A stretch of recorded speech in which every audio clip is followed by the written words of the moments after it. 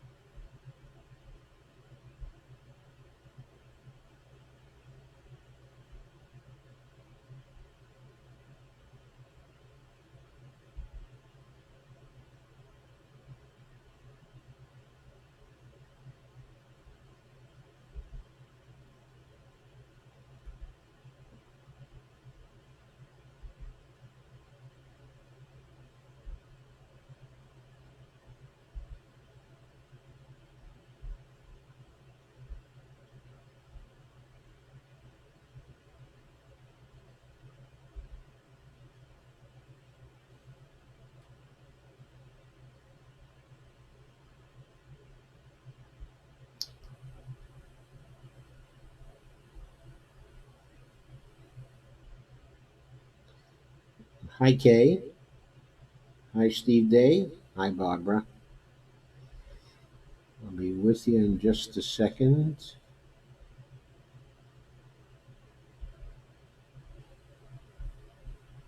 I'm not sharing as much as I usually do, so I should be with you very quickly now.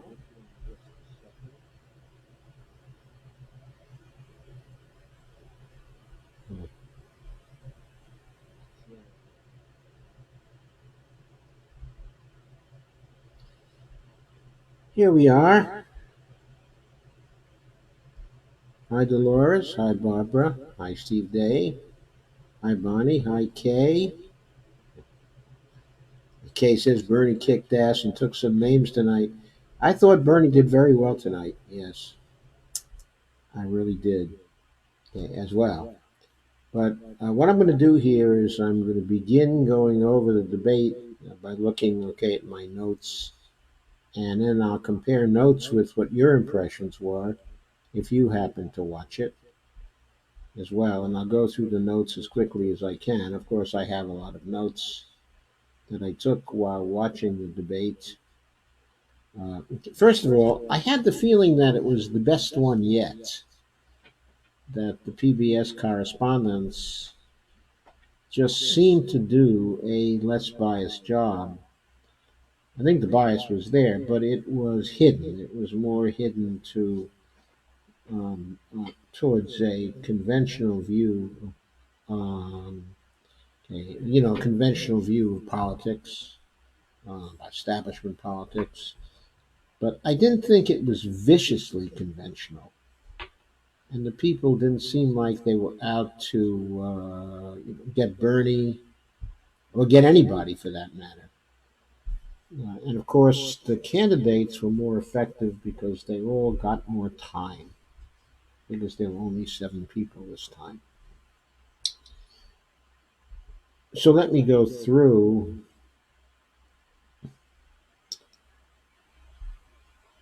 my notes. Well, first of all, I did think the first 36 minutes were a disappointment. I went on the 36-minute in. As far as I was concerned, no one made an outstanding point during the first 36 minutes of the debate. Maybe it was that the questions up until then were just inadequate. I just had the feeling, uh-oh, this is going to be a snooze debate. Uh, but then suddenly Bernie came out and said and redefined an issue that people were talking about and said that Tom Steyer's framing of the issue, the climate issue, okay, and the climate problem, wasn't really adequate. That the real issue now is whether we can save the planet or not. That it was the existential issue. And for that, he got the biggest hand up to that point. Okay, Warren sort of came in and uh, I thought she highlighted what she was going to do about the climate emergency in an underwhelming way. She told people she wanted to increase what we put into R&D by tenfold, and also that the biggest problem we face is the bought and paid for politicians who talk and don't act to actually address the crisis. And she sounded like she was echoing actually Greta Thunberg in that attack. But she emphasized, of course, heavily that we needed to attack the corruption in our political system head on in order to cope with the climate crisis. Yang said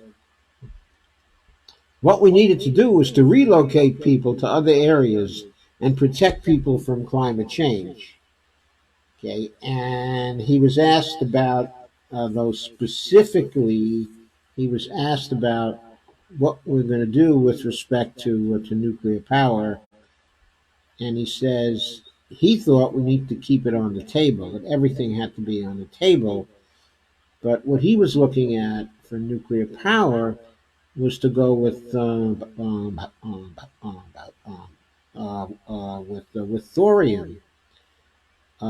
that particular type, okay, of a reactor, the technology for which has been known about for quite a long time, since I think the 1950s or 60s. But in the 60s, the industry decided to go with the kinds, okay, of nuclear reactors we have now and run away from thorium. Now, one of the great advantages, okay, of thorium is that it's not very dangerous compared to the reactors the industry decided to go with. But those are harder to build than the types, okay, of nuclear reactors we have out there now. That's why the industry went with more dangerous kinds, okay, of reactors. So, uh, Tom Steyer didn't think much, okay, of nuclear. He just came out and said, hey, it's too dangerous. We have the technology we need. It's wind and solar, okay, and batteries. And he made a quite straightforward statement. And I thought that his statement, his opening statement on this, was more impressive than Yang's. And I thought, okay, it indicated perhaps that he was going to have a good night, which I think he did have. Okay, and Joe Biden said, we must move beyond the normal. We must work with the Republicans. We have to beat them when we can't convince them, but we have to really devote a lot of effort to working with the Republicans in a bipartisan way. And he really wasn't, he recognized the gravity of the problem of doing bipartisan things, okay, at this point. But he was the most experienced, okay, at doing them, and he thought that he would be able to do them and that we would be able to solve our problems through bipartisanship. But he said, but if we can't do it that way, then we have to beat them. He said, we have to beat them when we can't convince them. And he did things in a forceful and articulate way uh, compared to his previous performances. So he indicated early that he was going to have a pretty good night. So Yang said, "What message do you think?" Uh, he was asked, "What message do you think it sends that you are the only person of color on the stage?" Well, Yang answered by starting to talk statistics to illustrate the problems of the minority communities. He made a pretty strong statement of sympathy for the minority communities, pointing out, of course, that he was a minority himself. And eventually he brought the discussion around to his favorite topic, which is the $1,000 per month in a universal basic income.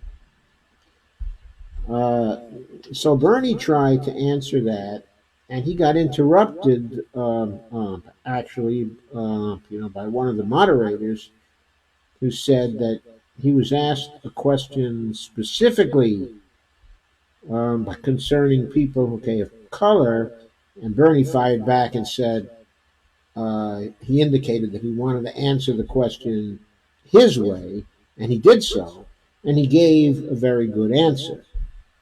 Then Yamiche Alcindor put forth a the question about inclusion of minorities in the economy, and she directed it to Amy Klobuchar. Klobuchar said, first of all, that what was very important to get people included in the economy was to make sure they all had the right to vote, and said she was for um, having voting rights um, but for passing HR 1 to give everybody the right to vote that would never expire, and that would be on an automatic basis. And she also said that she was going to upgrade the economy for minority people. Now, in the way I've stated, it sounds like, okay, it was underwhelming, but she delivered her lines, I thought, fairly well and in a strong way. And I think she came over as sincere about it. It was her first answer of the night, I thought, the first one after the underwhelming 36 minutes. And I thought she gave actually a good account of herself. And I thought, well, maybe she's going to have a good night at this point. So Bernie was asked a foreign policy question concerning, basically how pro-Israeli he was, putting him on the spot with respect to this. And he said, okay, Israel had the right to exist and to exist, okay, in peace. But he also said, we not only have to be pro-Israel, we have to be pro-Palestinian and pro-Palestinian rights, okay, as well. And he said, we need a level playing field, and he spoke actually fairly eloquently about that. And at this point, I had the feeling by this point that Bernie was the outstanding figure in the debate at that point, which is, I guess, about 51 minutes or 52 minutes in. When Buttigieg answered the same question as Bernie, he accused Trump of having white extremists, and nationalists in the White House. And he said that leaders of the world look at our president with a mixture of contempt, and pity. And then he proceeded to give a number of grinning generalities which didn't say anything very specific. Warren answered, well, I guess she was asked a specific question. Would she close Guantanamo? And she said, yes, it's not helping us. It's an embarrassment. And then she talked in some rather glittering generalities also concerning her general orientation to foreign policy, but indicated that she preferred a diplomatic emphasis in foreign policy to the emphasis we have now. Uh, so Biden went back to Israel then and attacked Trump for not supporting a two-state solution, uh, and said we have to lead by power of by simply by the power of like the example that we set in supporting such a solution. And he talked about how he knew Netanyahu very well, and he would be able to get along with him, and it wasn't really an issue, and appealed to his experience in getting along with Netanyahu over the years.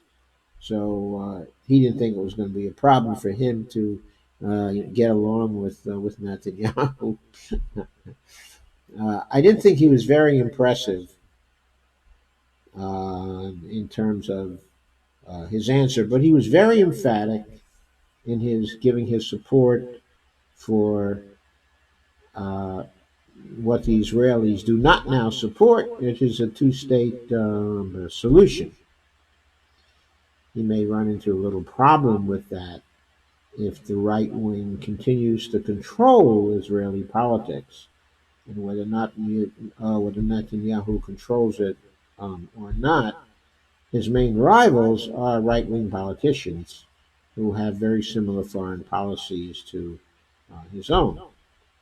Then Judy Woodruff, who was on the panel of moderators, turned to China and said, that Americans are appalled by China's record, especially towards the Uyghurs, 1 million of whom are oppressed in China and have been displaced.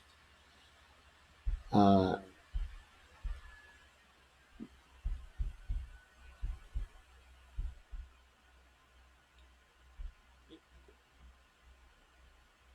and then she asked questions, of Buttigieg.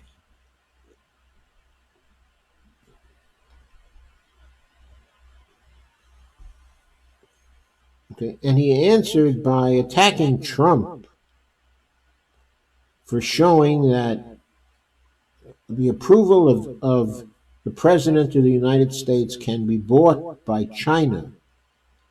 And then he invoked the Chinese Communist Party in a negative way and made some fairly aggressive statements about how we had to resist China and support the rights of the minorities, especially the Uyghurs. I didn't think that Buttigieg sounded too impressive in giving that answer. He certainly didn't sound impressive in terms of the depth of his thinking about foreign policy. Tom Steyer then popped into the discussion and said the U.S. should be reacting to Hong Kong with multilateral action and also collaboration, and said what became a main theme of his actually for the night, that we have to find a way to get along with China, that we have to oppose them in certain areas with multilateral action where that is necessary, but he also said we're going to have to partner with China on the climate if we're going to solve our climate problems.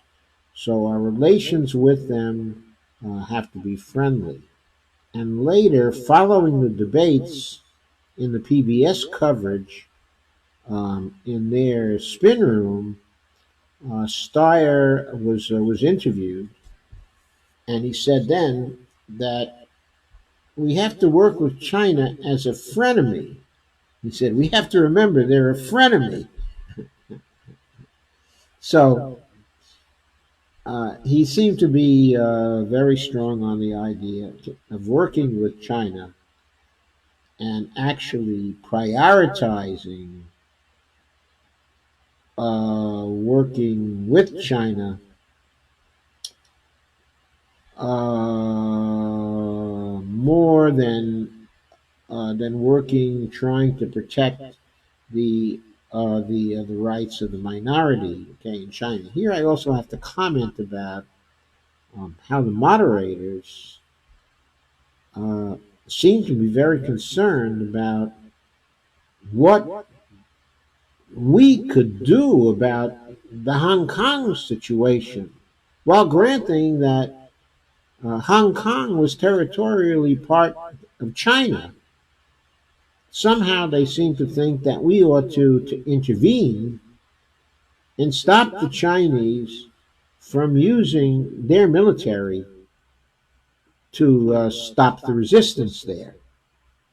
And I kept wondering, what would they think about the idea of some other nation uh, uh, that if we had, let's say, civil disorders in some area here, okay, in the United States, some state, what would we think of the idea of China butting in and saying to us, don't use the military to put down, okay, an insurrection in New York State because we have to respect the human rights of the people, okay, in New York State. I somehow think that we wouldn't be very pleased if China did that or any other nation did it to us. I understand the complex history, okay, of Hong Kong, but I also understand that they're now a territory, okay, of China. And I also understand that the character of China has changed over the 30 years since the Tiananmen Square problems, and also since the earlier totalitarian systems, okay, in China. And China is now a much more complex place, and it's not exactly your grandpa's China. And it just seemed very strange to me that this idea from the journalists that somehow we have to do something strong in order to protect the rights of the people, okay, of Hong Kong. So that seemed like it was very strange to me. And Steyer's ideas on this seem much more in line with the reality of the situation, which is that we have to prioritize in some way while trying to help the people, okay, of Hong Kong. We have to prioritize um, in a real way relations with China. Um, we have to prioritize that over interfering in the internal affairs, okay, of China. And we can protest and we can point to violations of human rights, okay, and civil rights, okay, and things like that. But that's probably about the limit of what we can or should do in that particular situation. Anyway, Joe Biden said China's engaged in a new military buildup, and when asked, "Is the U.S." I'm sorry, that's not what Joe Biden. He was asked. He was told that China was engaged in a new military buildup, and he was asked, "Is the U.S. on a collision course with China?" And he said, "We have to make clear we're not going to tolerate the abuse of the Uyghurs." And he said, "We should seek sanctions." And he said, "It will take 17 years for China to catch up to us when it comes to the military." 17 years. Huh? Okay. Andrew Yang said, "China's leapfrogging us, okay, in AI." And he said, "We need to do something about this by having a coalition to set technology standards and then bringing China to the table." I guess I don't know if that was to help to set the technology standards or whether it was going to to try to get China to conform to our technology standards, or what exactly he had in mind there. He wasn't really very clear. But he made it sound as if, well, he knew about technological issues in a way that other people present in the debate had no idea about it. So anyway, Amy Klobuchar said Trump is so thin-skinned he can't take any criticism. She says she's for a strong commitment to human rights and asked people to go to her site to see her specifics on this issue. Buttigieg then talked about the importance of the freedom of the press. Amy Klobuchar said she was very committed to the First Amendment and gave her background and her family background as if that demonstrated her commitment to freedom of the press. And she talked against the Trump administration's unwillingness to guarantee protections for the press. However, in none of this was there any mention, okay, of Julian Assange, okay, of course, and what the United States is doing to freedom of the press. In the case of Assange and other journalists that it has been trying to persecute, okay, in various ways. At that point, there was a media break, and the media people said, "Oh, this debate has been extraordinarily substantive." Well, I'll give them that it was more substantive than many of the other debates. I don't think I would go as far as saying that it was extraordinarily substantive. Anyway, the media people said they've expressed their differences in their climate change positions. One said, however, that Warren gave no detailed answers about what she would do about climate change. Well, that maybe was true, but I thought most of the others were short on detailed answers too. They also commented that Warren didn't say how she was going to close Guantanamo Bay.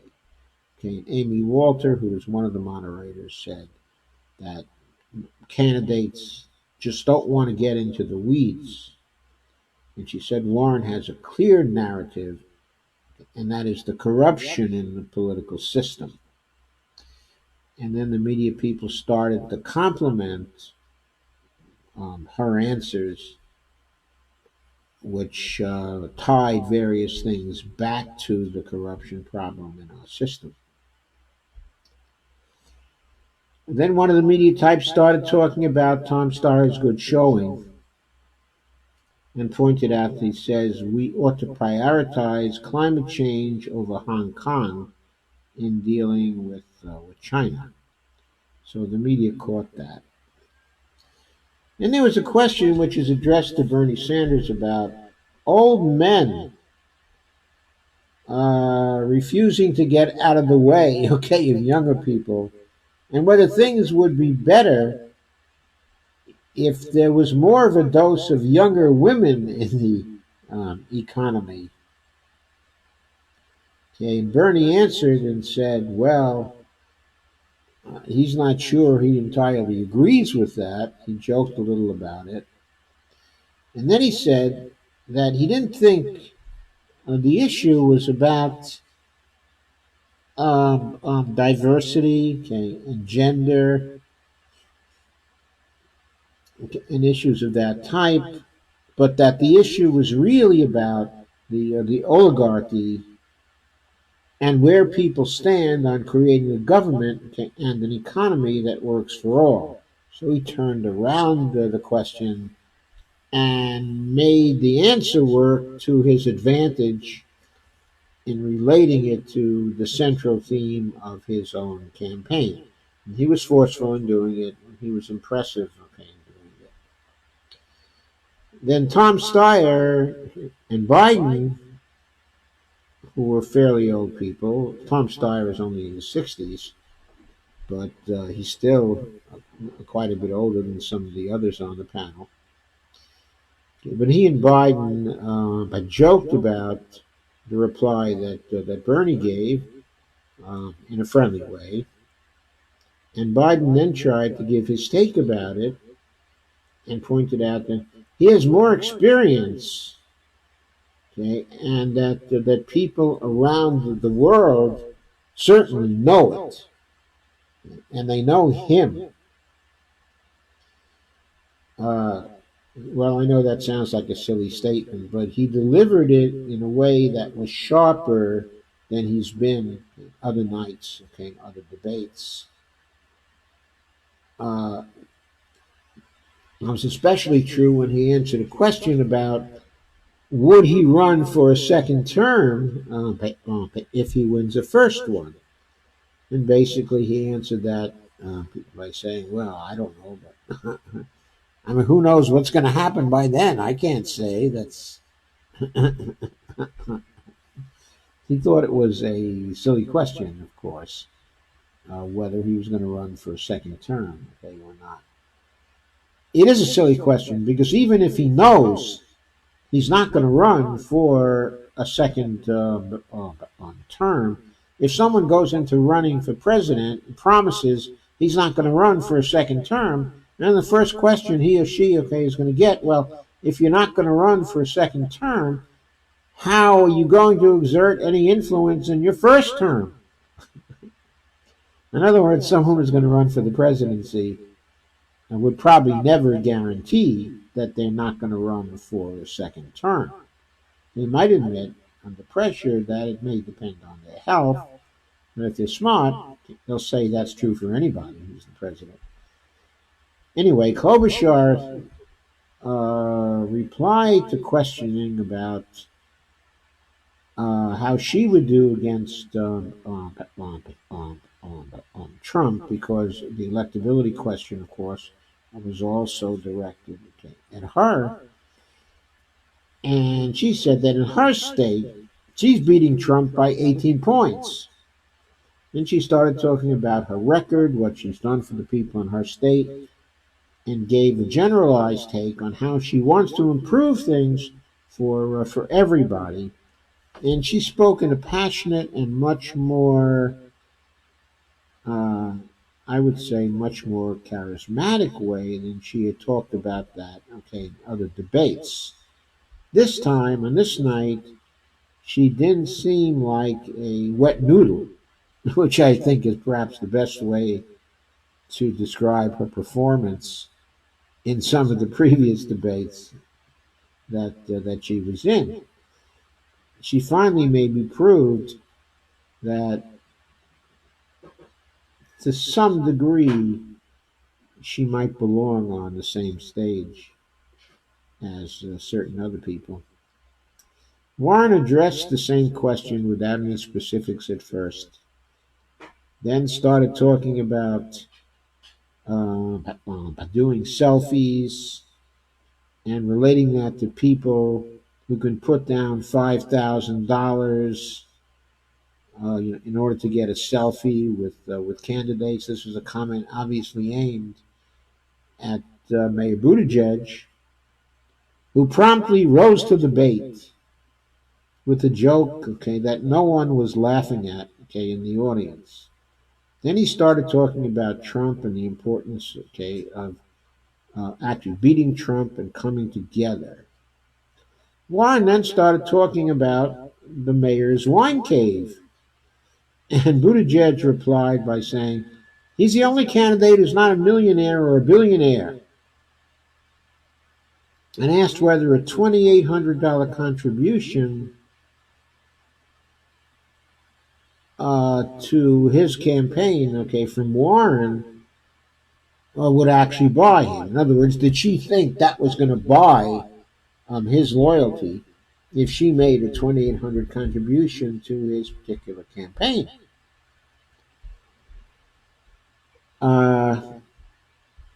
So that was his answer to the question, okay, of the wine cave. He was basically saying, look, all these $2,800 contributions, okay, in the wine cave, okay, are not going to buy me, okay, and he thought that he had an adequate answer to that by asking her whether she thought that if she gave him a $2,800 contribution, it was going to buy. So Warren replied then by asking, how can we trust people such as yourself who cannot even take the smallest steps to getting corruption out of politics? Okay, and then he replied, came in the acerbic way, and then Warren tried to reply to that, but she was shouted over by the moderators and by Amy Klobuchar, who wanted to talk about passing H.R. 1, which is Nancy Pelosi's bill to um, help the money out of politics situation. So Bernie then said, he's the only one on stage who has no billionaire contributions from anyone. And then he said that was not a joking matter because the amount of billionaire contributions there are in our system is a primary reason for why we've had uh, the greatest inequality, of just about any nation in the world over the past half century, let us say. So Biden then, of course, had to pop in and say, well, his average contribution was only $43, which was not an answer to Bernie's point, which is that actually Biden has contributions from quite a few billionaires. Buttigieg has contributions from quite a few billionaires, and even in the case of Warren, she has contributions also from quite a few billionaires. So that helps to raise the average contribution. Certainly, the general influence of billionaires in the Biden campaign, in the Buttigieg campaign, is greater than in other campaigns. Now, of course, the most influence billionaires is in Steyer's campaign, since he's self-funding most of it right now, and he's a billionaire. But of course, it's the influence of only one billionaire himself. So anyway, he piped up and he said he's running to get money out of politics, and he made a fiery statement about wanting to run on getting money out of politics and running on combating climate change. And he said that the party needs to run on bringing prosperity back. And he implied very strongly ending austerity. Yang was asked about whether he would move to pass a permanent legislative solution for Dreamers.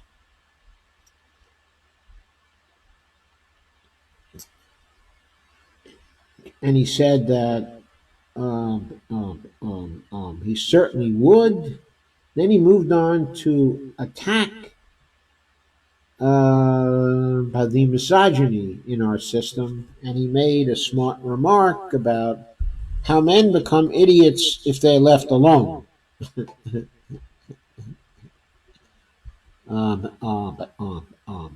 Implying very strongly that that men have to avoid becoming idiots by having more women around them. Which I suppose is a comment I would certainly agree with. And so then he said, we would have more women in office if they didn't have to shake the money tree in the wine cave, which was, I thought, a very good reply to Buttigieg and some of the other big money people in the campaign.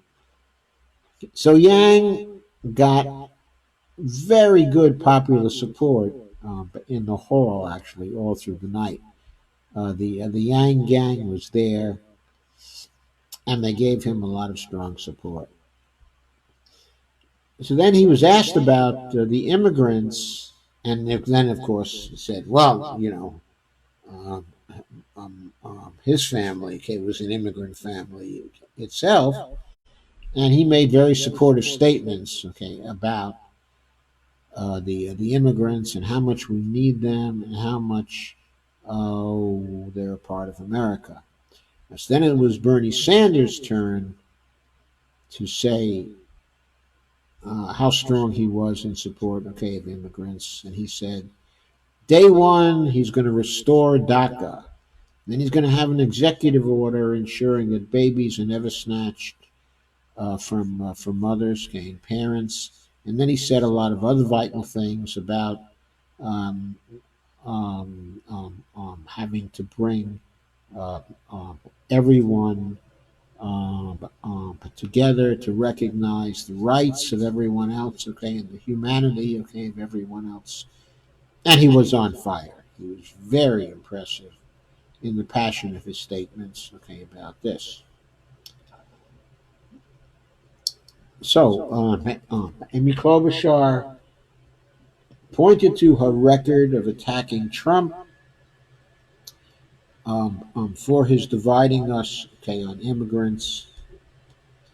And she talked about her experience in trying to develop bipartisan solutions, okay, on immigrants. Somehow, I don't think there are going to be bipartisan solutions, okay, on immigrants. I think what we need is big majorities in the Senate and big majorities in the House. And when we have them, then we're much more likely to get bipartisan solutions on immigrants than if we don't have those particular majorities. And with all due respect, I think there's no way that Amy Klobuchar is going to get any big majorities in the House and the Senate because she just doesn't have the movement behind her. She just doesn't. Then Steyer said he stands with Bernie, okay, on immigration, and he attacked the racism of Donald Trump actually very strongly. Now, Steyer said sometimes he made some various statements actually throughout the debate. Once he said he stood with Warren. Twice he said he stood with Bernie on on two different issues. He generally came across, okay, as pretty lefty, but he didn't come out for Medicare for all. And while he seemed to be fairly strong and passionate concerning doing something about the climate, he didn't come out for the Green New Deal. And he needs to be asked some specific questions about exactly why he was not for both, because he certainly seems to be um, actually very extremely passionate about solving those particular problems. So, what Mayor Pete was then asked was whether children separated from their parents have a special right to financial compensation. And he answered this by talking about how the minority communities in his city were coming alive, actually rather recently. And then he said uh, he will end the practices going on now at the border.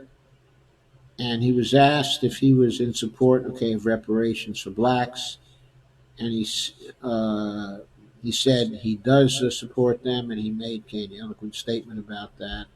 And he promised to fix what was broken in our system, okay, in the way we've been treating blacks for so long, and not only to fix what's broken, but also to compensate for harm, for previous harm inflicted, okay, on black people.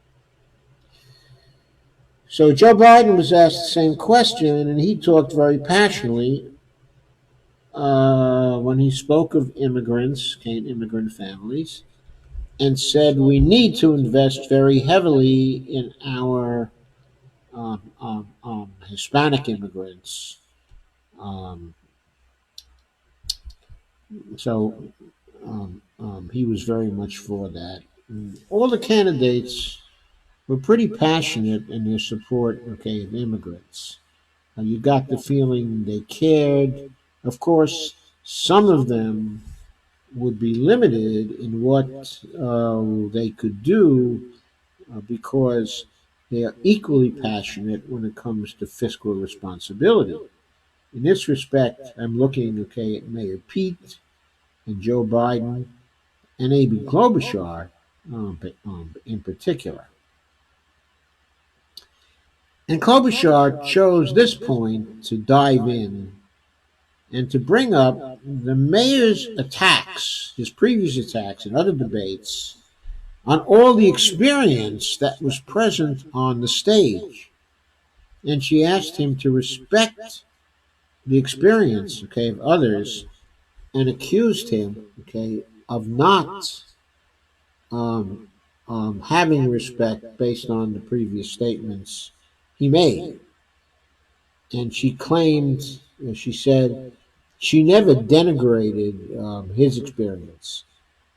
And then he replied by saying, actually, she actually did actually denigrate um, um, his experience. And then he said strongly that his military experience was very relevant. And she replied and said, we need someone who can gather support, build coalitions, and win as she has done in her state. And that really matters. And she was very strong in that particular statement. Mayor Pete replied by talking about his ability as a gay dude to build a coalition in Mike Pence's Indiana. And then Bernie interjected about winning by getting the greatest amount of voter turnout. And then he gave a very fiery statement about his whole program involving building a movement, the kind of movement that was needed to actually get his whole program through Congress. So, in other words, he took that opportunity to talk about his theory of change, and he talked about his success thus far in building that movement, all the contributions he's gotten, all the volunteers he's gotten, and the continuing growth of his campaign. And Mayor Pete is asked about his views on paying for college and why he didn't simply want to make it free, okay, for everyone. And since Senator Warren was invoked by Buttigieg in his statement, she replied and attacked him on not wanting to tax the billionaires to pay for college, okay, for everyone. Bernie then jumped in, talked about the importance, okay, of universality, okay, in education, okay, and in all of the programs, and said he supported free education from pre-kindergarten up through college, okay, and professional schools. And he emphasized that very, very strongly and was not countered, okay, by other candidates. Tom Steyer was then asked about his support for people with disabilities. And Steyer said he will support them extremely strongly. And he asked the question, how can we pay for it? And then he answered, he took it as a rhetorical question, and he answered it, and he says, yes, we can by taxing the rich and taxing the corporations. Yang was then asked how he would support integrating the disabled into the economy and the community.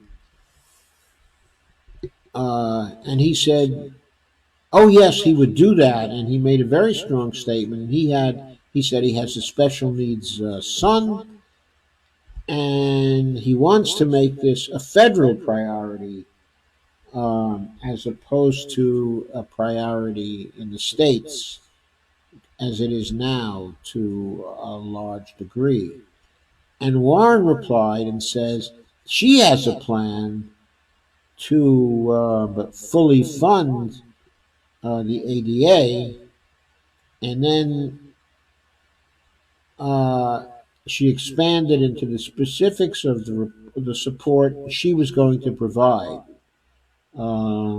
for disabled people as president. Klobuchar was then asked what she would do about the Trump appointees to the Supreme Court.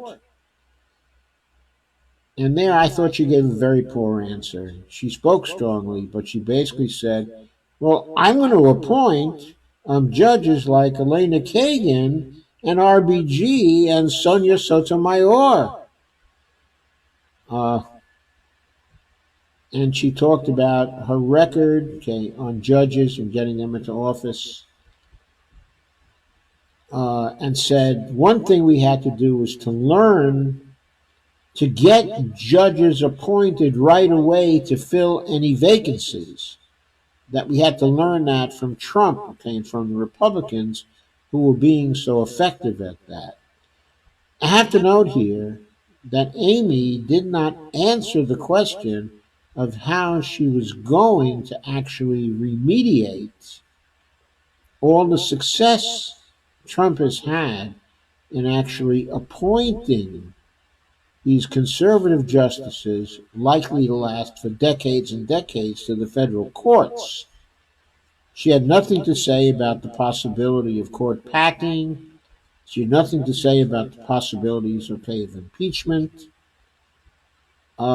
She had nothing to say about some other remedies which could be used to contain the activism of the conservative appointees that but Trump, okay, and Mitch McConnell have been merrily getting onto the federal bench. So I noted that. I thought that was a real shortcoming in her performance. Uh, so then the question was raised to other people that simply apart from strengthening Roe v. Wade again, what would they do to protect the rights of people from these by conservative judges and from the changes made by the Trump administration? And what Mayor Pete said is that voting rights are human rights. And he will begin reforming the judicial branch to cut down on the partisanship.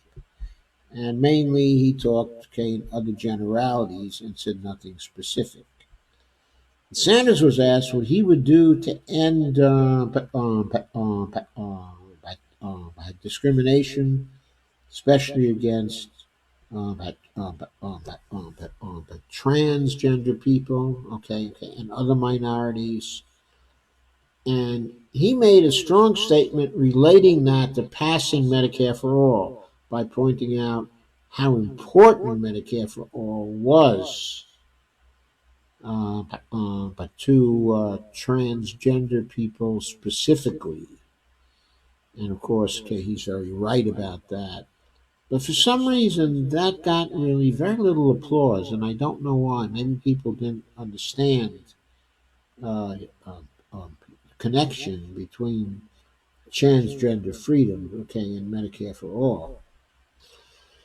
Warren then spoke very passionately about some specifics in ending discrimination, passionately and convincingly.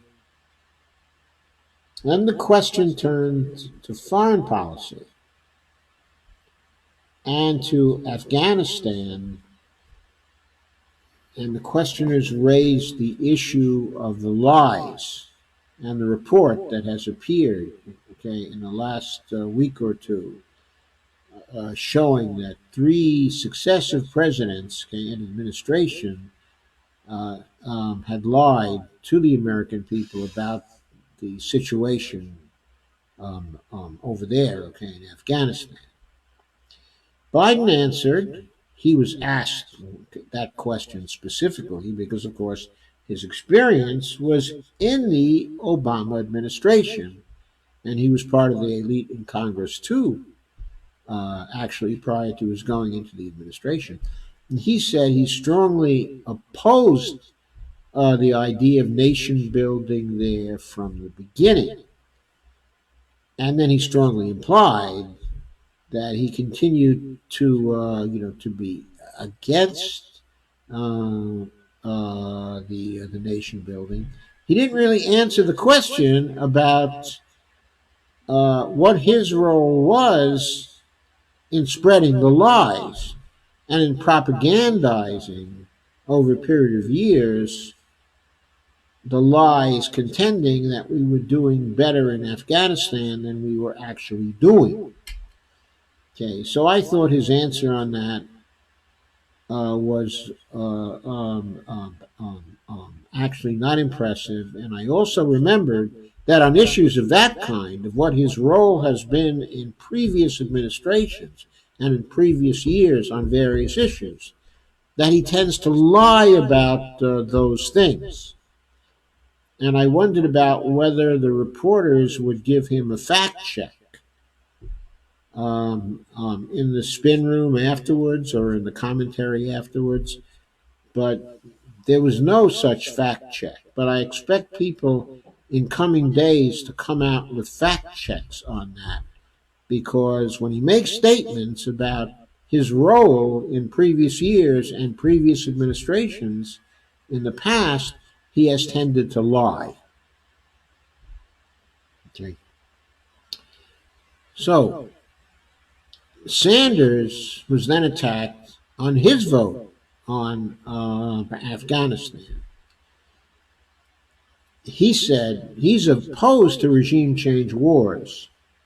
And he also admitted that he was wrong on his Afghanistan vote, and that the only one who opposed the intervention, okay, in Afghanistan, who is actually Barbara Lee, who he pointed out was his extremely good friend, okay, in the Congress.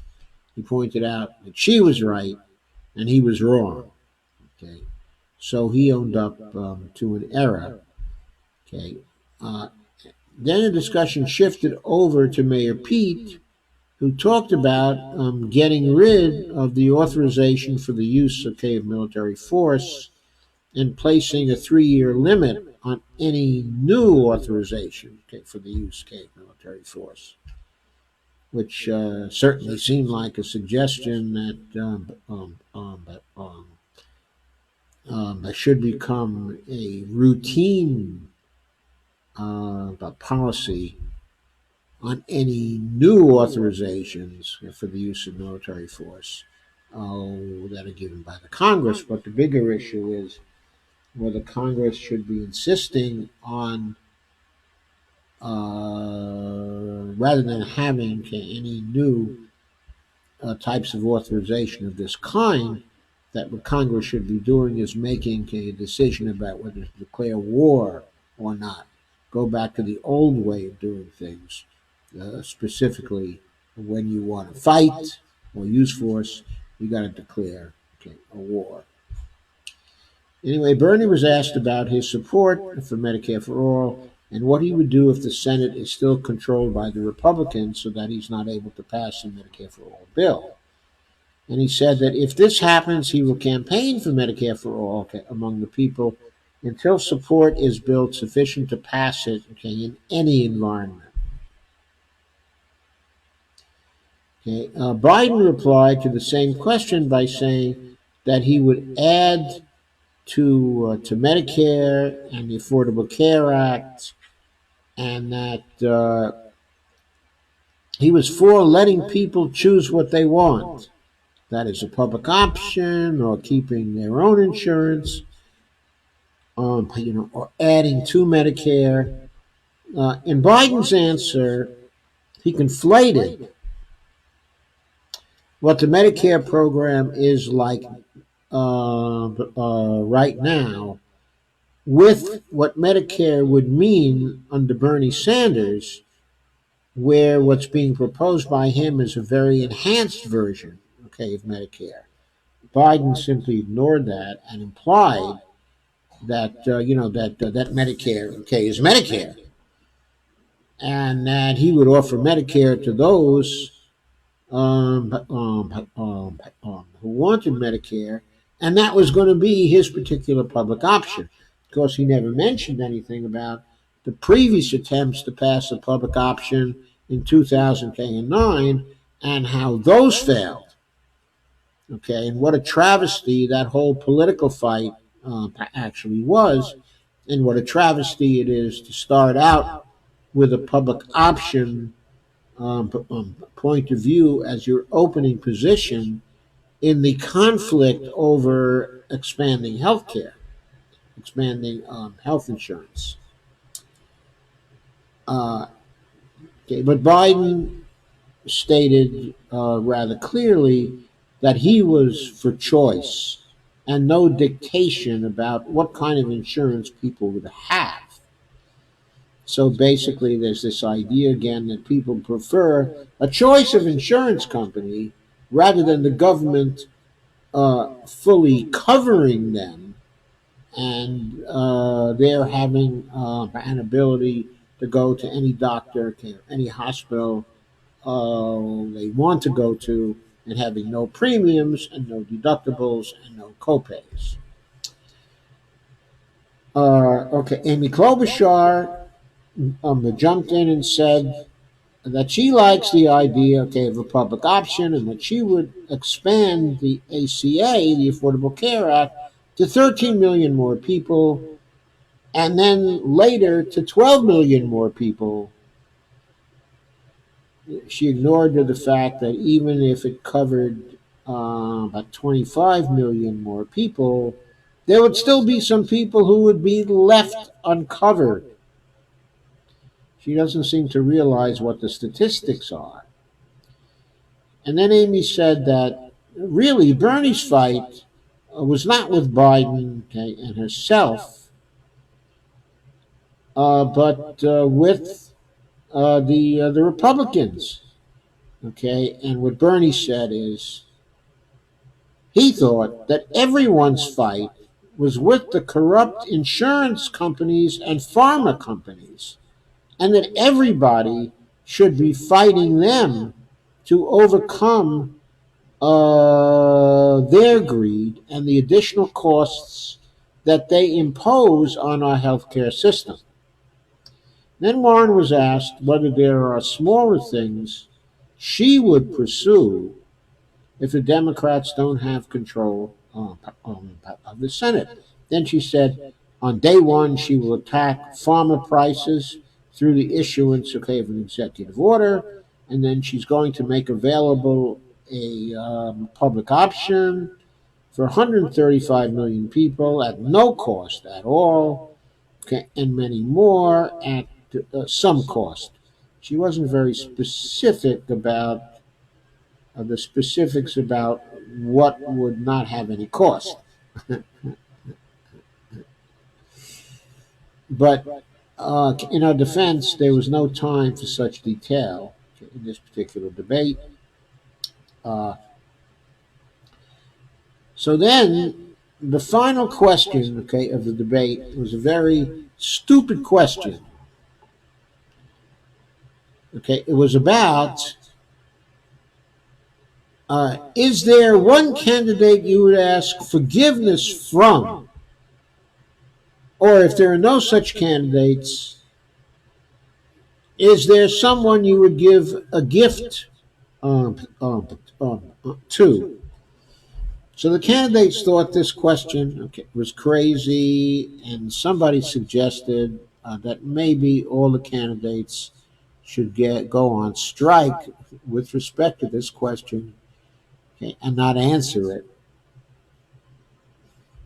Okay, and so then Andrew Yang said that he would give everyone his book, okay, along with his data. And Yang actually thanked Elizabeth Warren for reading Yang's book or being in the process of reading his book. His book is on the economy and the transformation, in basic income. So, what Mayor Buttigieg said then was that he would like the data and the book too, because he likes data, and books. And he reminded himself that he should send out his own book too.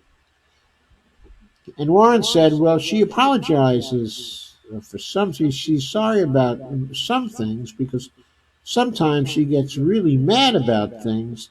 And when you do 100,000 selfies, she said, you get real mad because of the stories you hear. The stories you hear about the tragedies that people have because of the corruption in the system we have now. And then Biden replied, and he said, I've done thousands of selfies too. And he said he would like to give a gift to all those people who want to make things better. Nonsense question was getting some nonsense answers, right? Then Bernie said the gift he would like to give is a new vision for our great country, a nation that would give everyone health care, and a great economy and love, for others. I'm misstating the order of those things. I think he began with love for others. I didn't think that that was the best statement of Bernie's vision that I've heard. I thought he could have improved on that. I think he kept that a little too short. Actually, very much lower than the time he had to make that particular reply. Amy Klobuchar then said that she thought that Bernie and Warren, had done a good job, of outlining gifts to people, but she also said that while she was for those gifts, she would also add a values check.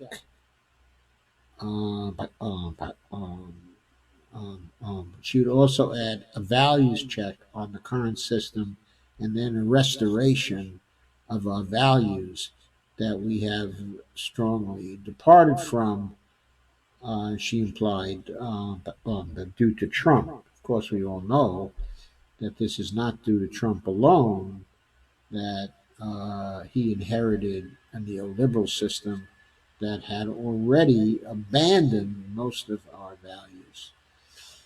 Tom Steyer wanted to give everyone the gift of teamwork because the question is, how will we act collectively? I thought that was an important point, acting collectively. It was also in support of Bernie's points to restore the values of America, which he stated as freedom, equality, and by justice. And I thought he did a pretty good job of stating those. He stated it in a good way, a very sincere way. Uh, I have to say, though Steyer, of course, is a billionaire, and of course there should be no billionaires, and he should not have had the financial ability to buy his way onto the debate stage, that he does appear to be a sincere person when it comes to representing uh, general statements about the values of the Democratic Party. He was far from the he was far from being the right wing of all the candidates on stage. I would say that his policies seem to be more leftish than Buttigieg, than Biden, than Klobuchar. Uh, at least three of the candidates on that stage. So he was somewhere in the middle, Sometimes we had the impression that he might even be inclining a bit over towards the Bernie side, that he agreed with Bernie, okay, on many things. I think in other debates, he needs to be buttonholed when it comes to the Green New Deal, okay, and Medicare for all.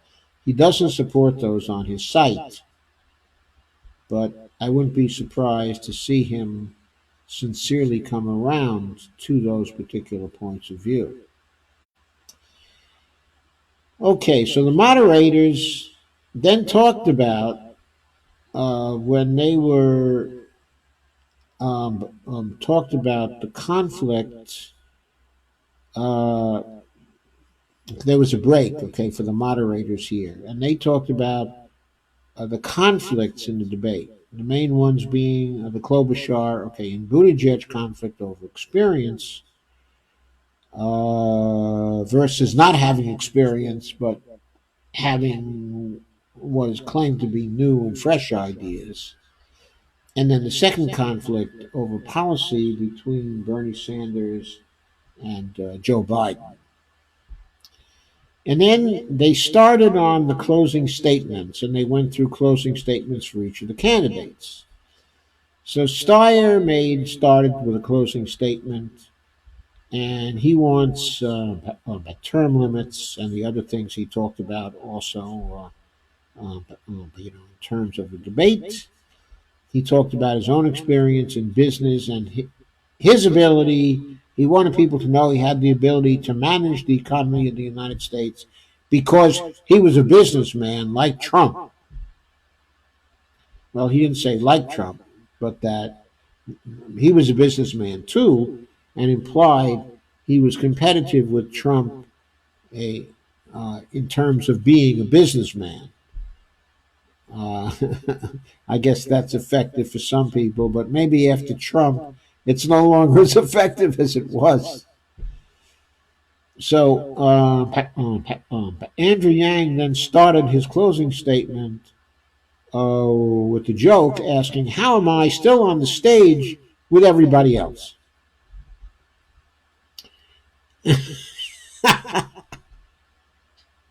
And then Yang said, "Our country is falling apart. Well, our companies have record profits." And then he attacked Medici for producing lousy decisions. And that line seemed to fall flat, okay, in this group. But then he finished up with a broad and general statement about, making things better. And he got a real good hand on that final sentence or two from the Yang Gang, but only after they grew very quiet over his attack on DC. It may be because they've heard so many attacks on DC over the years that just giving an attack on DC doesn't get people real excited these days. So Amy Klobuchar showed, I thought, that she can be a powerful candidate who can talk in a powerful way. Uh, I'd add, as long as she doesn't really talk economics, when she gets into economics, I think she gets very out of her depth because she starts to approach a Petersonian position, and then she sounds like a parrot. But that's kind of saying a separate thing.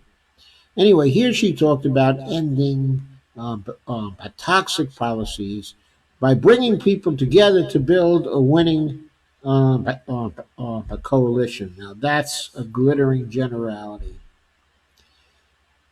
and I don't think that gained her very much. Anyway, Mayor Buttigieg said the nominee will have to beat Trump and bring the country together, and he called for unity too, but that sounded very hollow.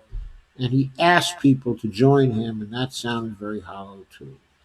And Warren then talked about this being a dark moment for America, uh, okay, but also that it was a moment of hope. And then she talked about her brothers, two of whom are Republicans, one of whom is a Democrat. Okay, and she talked about them all three of them being upset with Amazon. And then she made the connection from this personal background of hers to the idea of taxing the wealthy, which she emphasized was a very critical thing that she was going to do. Then she mentioned that she was going to expand Social Security by $200 per month. All I could think of when she said that is, boy, Warren, you are playing really small ball when it comes to expanding Social Security. We're supposed to get excited over expansions of $200 a month.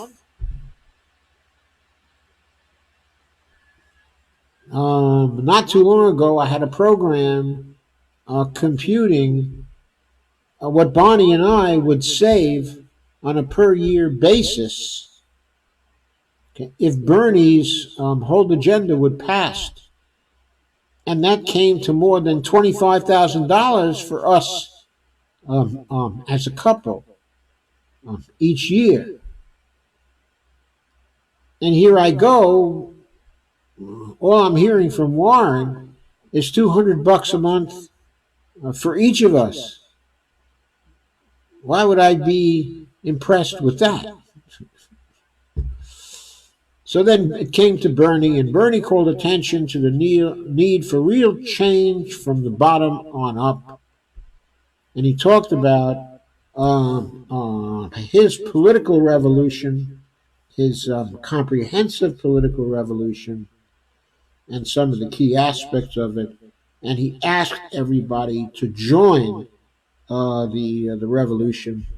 Of course, I'm biased towards Bernie, but I thought his final statement was the best of all of the final statements, which I didn't think, were very good. And then Biden closed by talking about who can deliver, who has the best chance to beat Trump. And then he said, it's him.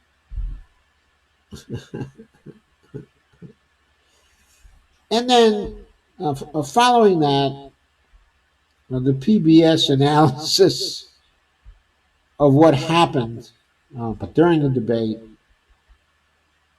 the final analysis, and then the post-game spin room that started. And, that was very underwhelming, in my view. It was not as bad, as some of the other networks, because there was no visible hostility there to any candidate, which was a novelty. It was a good novelty. And also, by the way, all the participants did pretty well relative to their previous performances, in this particular debate.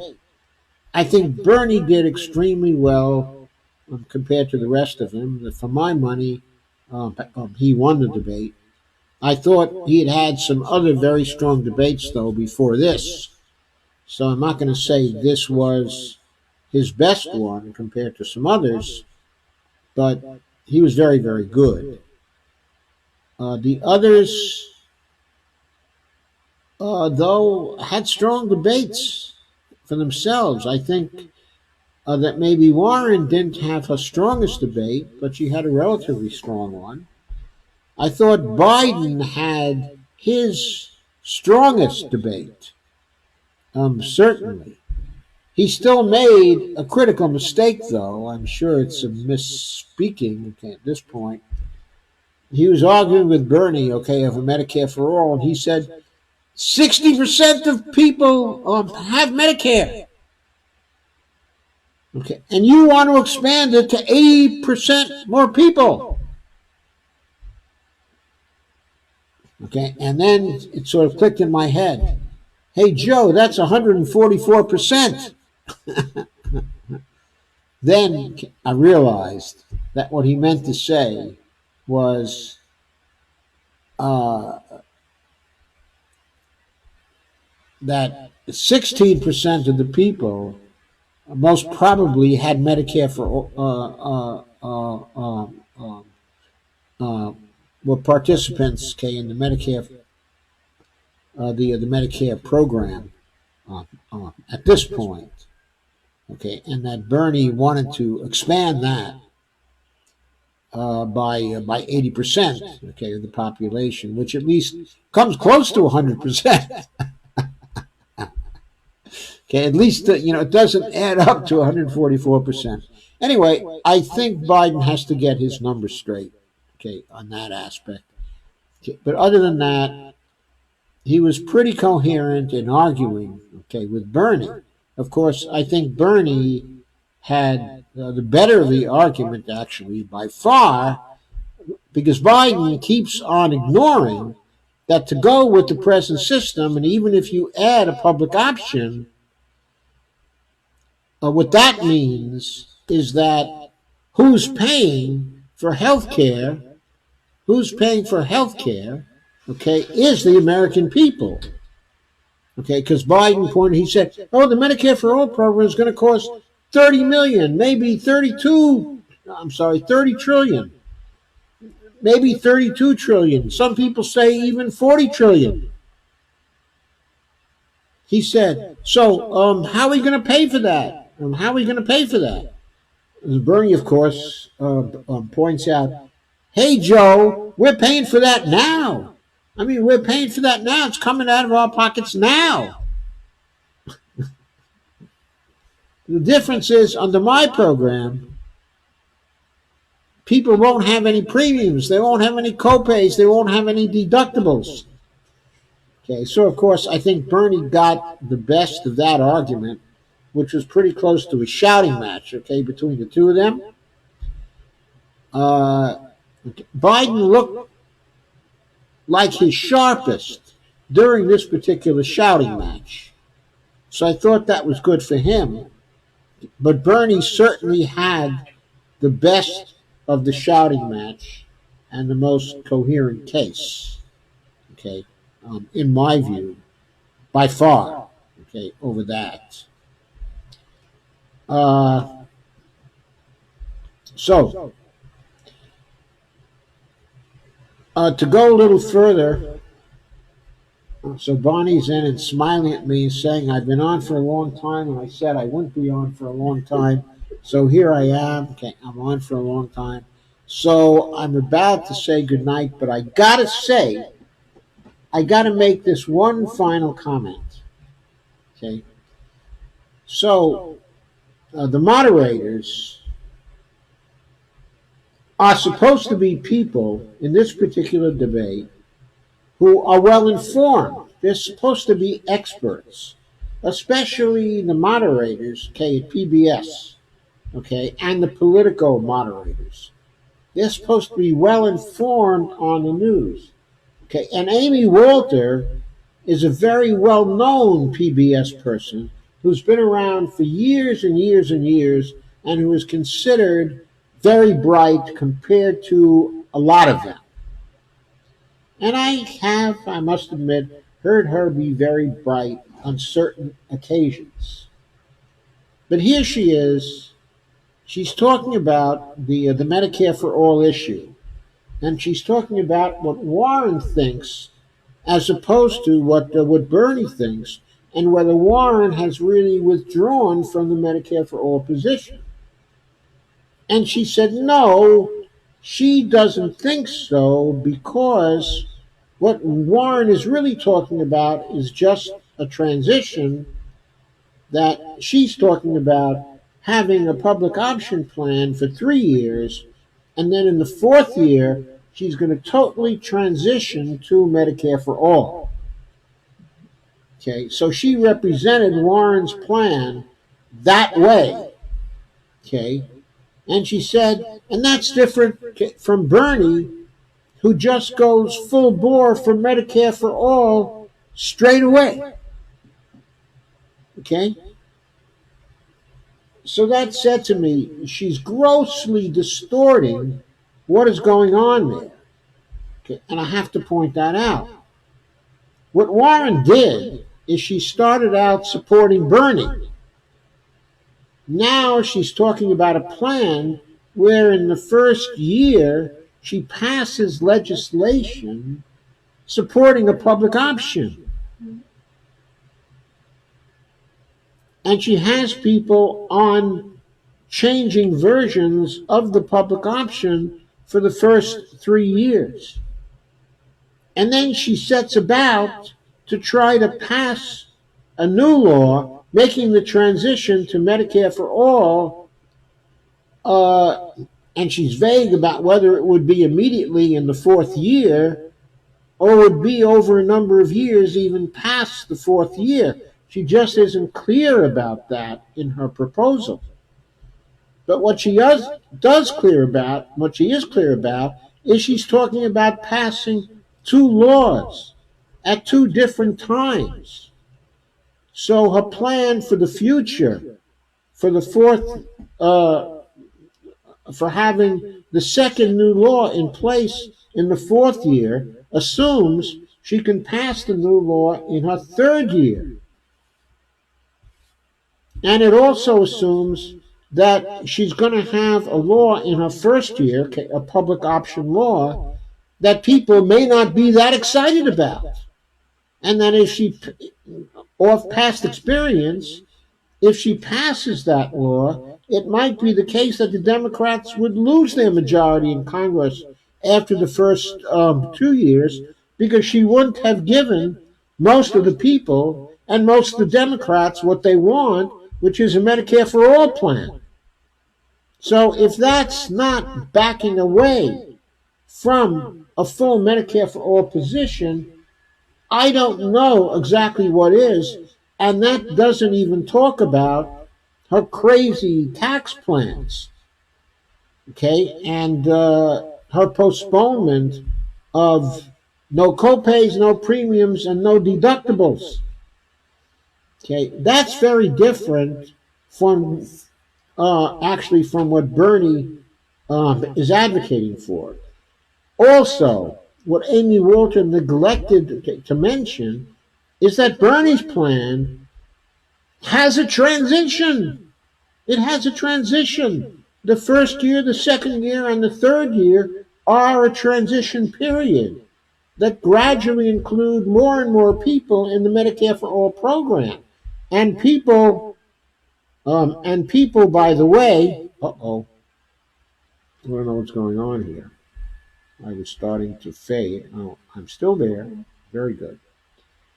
Okay, and so what people were saying was,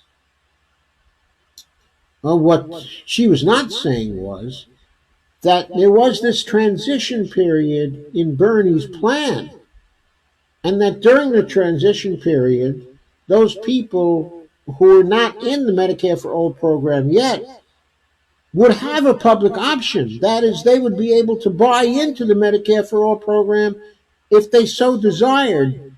In the first year it was effective, in the second year it was effective, and in the third year it was effective, until they were finally covered completely in the fourth year. So everybody forgets about that Bernie has a public option in his first 3 years, applied to smaller and smaller numbers of people if they want to avail themselves of the public option. And that public option is good. It's a buy-in to the Medicare for All plan. And then, of course, in the fourth year, there's full Medicare for all, okay, for everybody. So there's that difference, that Bernie does have the transition. And the other fact about this is that Bernie's whole plan involves passage of the Medicare for All bill up front, and then you go into the transition years, and that's the only time you have to pass a bill. And people immediately start to enjoy Medicare for All 1 year after the passage of the bill, people 55 and over enjoy enhanced Medicare for all, and others have the public option open to them. That's much better than what Warren, okay, was offering. Okay, it's far better, and it doesn't make the transition to Medicare for all dependent on having to pass another bill. So yes, Warren has definitely retreated from a Medicare for all position. Amy Walter didn't seem to have any of these facts at her fingertips. With all the fights over Medicare for all over all the years and all the history we've seen in it, someone supposedly of her stature should be right on top of these differences in the policies and in the laws. But she didn't seem to be. She didn't seem to be. I'm giving her the benefit of the doubt, assuming she was being honest with us because she's a PBS consultant, but she seemed to be shading this the wrong way and sort of shading things there towards Warren, being kinder to Warren than she should have been. Okay, so that's my wrap up. Except I should say, I think that Bernie won the debate. I thought that others did fairly well during the debate. I think that Warren came off fairly well in this debate, that she may have gained on Mayor Pete. She might well have stopped her slide with respect to Mayor Pete. I don't know if she stopped her slide with respect to Bernie Sanders, however. I still think that she has a problem competing with Bernie Sanders going forward. But she may have turned around the Pete situation.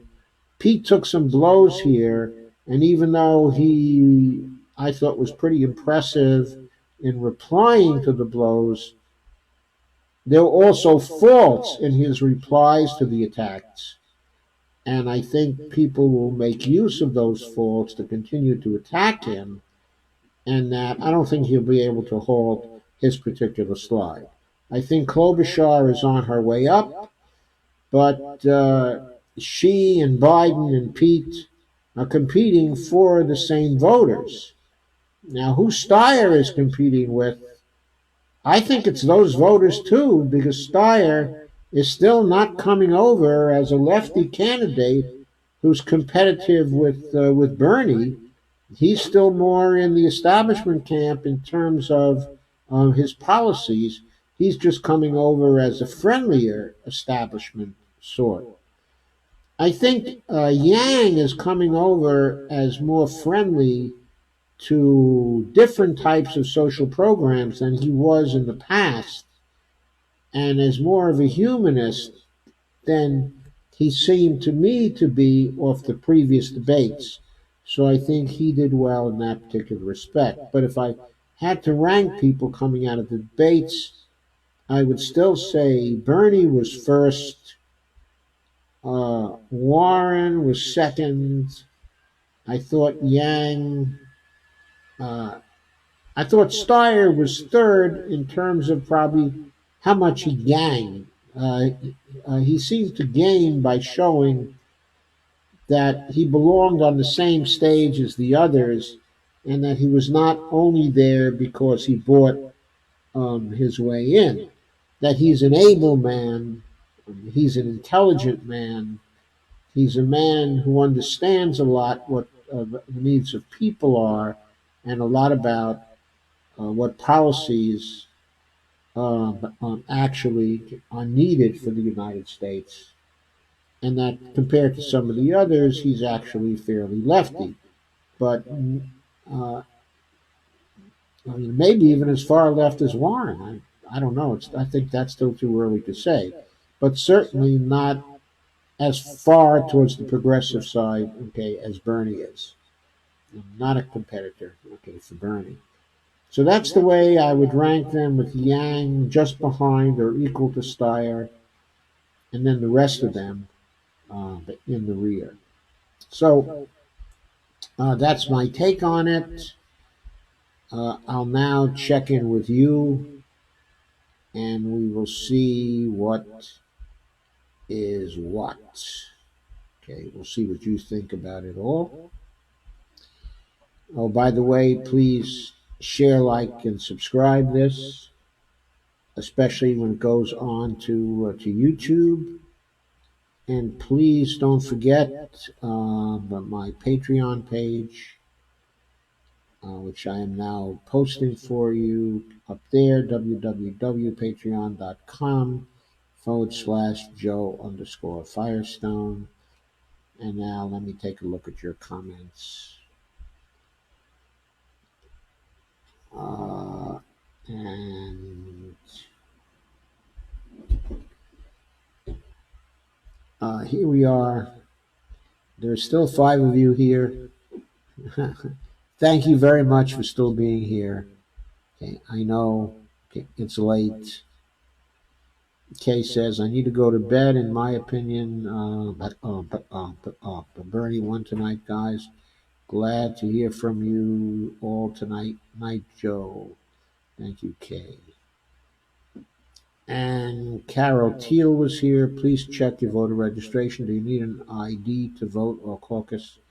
Every vote matters. Thank you. And I echo the same sentiment.